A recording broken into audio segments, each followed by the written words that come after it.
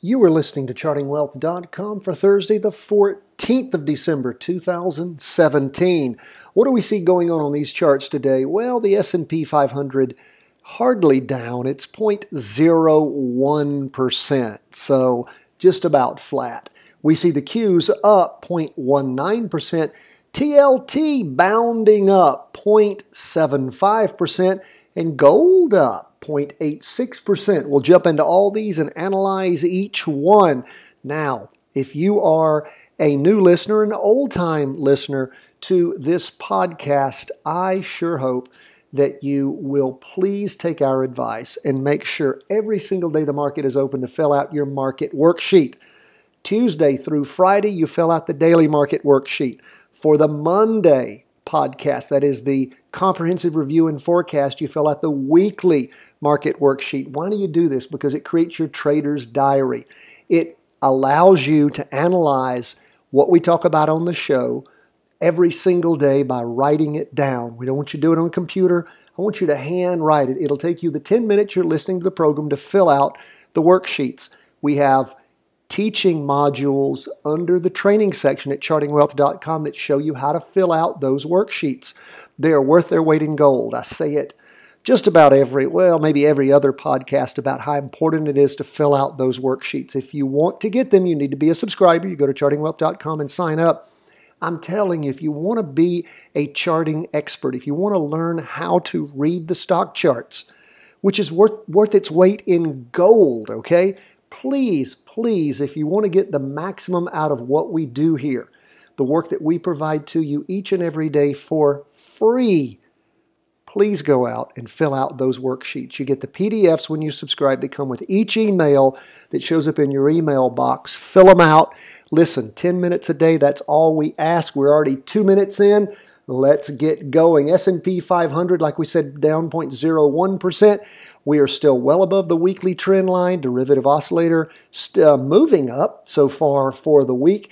And the price percent oscillator moving up. Remember, we're 3 days into a 5-day candle. So it's looking nice. Still moving up quite nicely on the weekly chart. Remember, we had a weekly vertical crossover all the way back on the 29th of September. We've only had one pullback the entire time. If you'd have jumped in somewhere around where that market opened, around 250 up to 266.35, hey, is that pretty good over the course of 2.5, 3 months? You're damn right it is. You are darn right it is. That's the magic of the weekly vertical crossover. What do we see on the 2-day chart? Well, it crossed back over, going up back on the 29th. And we've had on the 29th of November, we've had only one 2-day candle pullback. That was on Thursday, the 7th of December. And what do we see with the latest drawn candle? It is complete now at the close of business on Wednesday, the 13th. It's again another up candle above the Bollinger Band.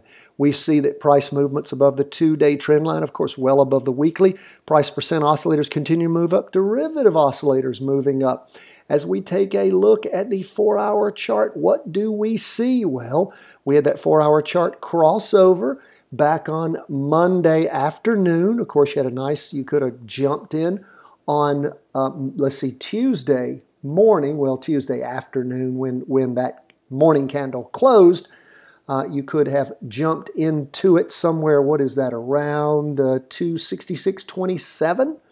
And of course, as high as, I guess it really hit its high in the morning on Wednesday at 267.56. So again, if you jumped in on that 4-hour chart and had not just remained in riding up that weekly trend, then of course do be careful, because we do see the derivative oscillator losing some energy and the price percent oscillator losing a bit of energy as we ended the day with the first down candle in quite a while, a red spinning open box top, meaning indecision but tending down. Now again, S&P 500 down just barely at 0.01%. So again, watch how things open in the morning. Price movement well above the 2-day trend line at this point. So keep your eye on the prize. Let's keep moving through these charts.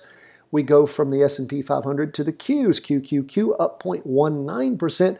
So far, we have an up green candle for the week. That's, again, 3/5 into it. That is 3 days of a 5-day candle. Price percent oscillator, however, is losing energy, and the derivative oscillator is losing energy also. We see the price percent oscillator heading down toward the red signal line. Could it cross by the end of the week? Possible, but not with an up day, with continued up days, but we'll continue to keep our eye on it.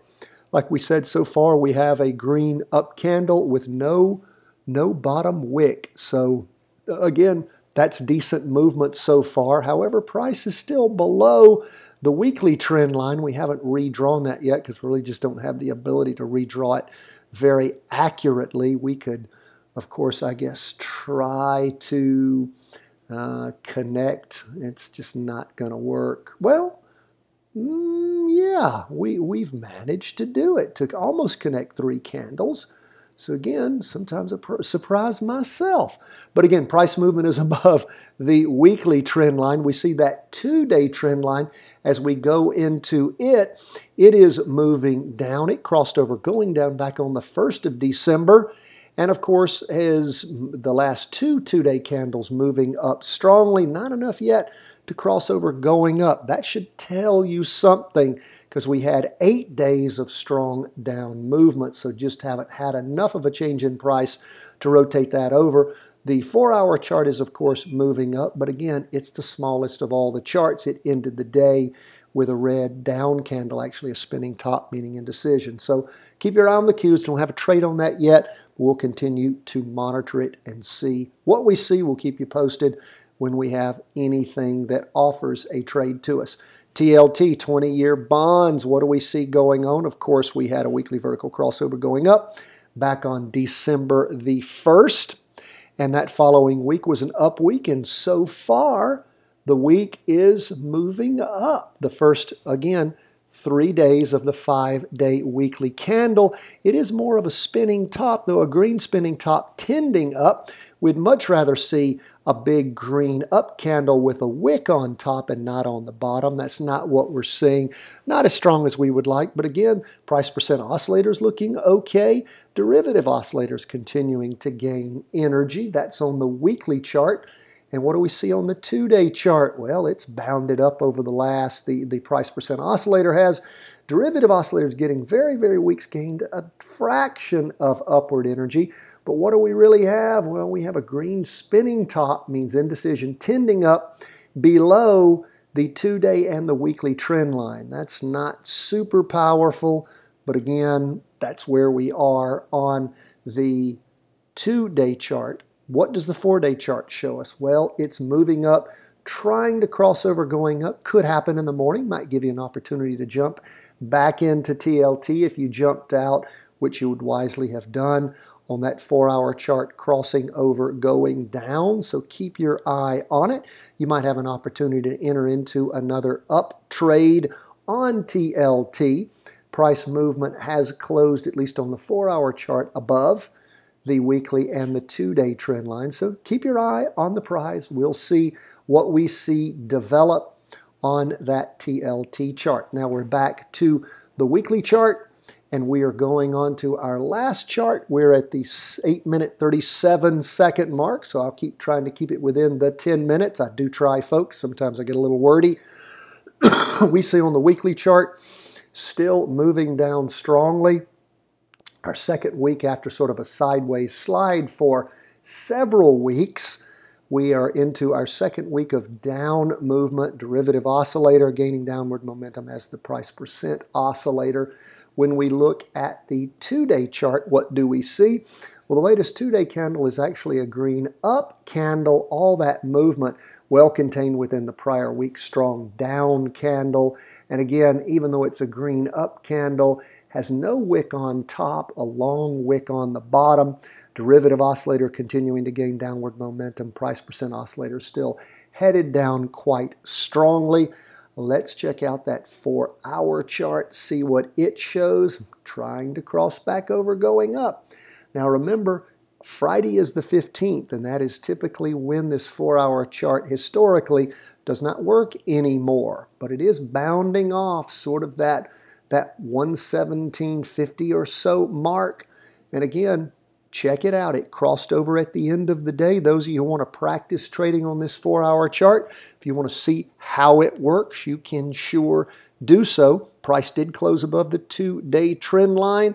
You may have a jumping in point, maybe around noon on Thursday, so keep your eye on that. You might do a practice trade. Again, you're not going to learn how an ETF or a stock or anything else really works until you start practice trading it. That's where you learn the ins and outs. That's why you keep your diary, so that you can go back in time and note the lessons that you learned from the trades. That's what makes that diary invaluable. That is your pot of gold. It is that diary that you collect by keeping up with your daily and your weekly market worksheets and that trade worksheet when you do practice trades. It's all about practice trading, keeping your notes, making that trader's diary that only you can make for yourself.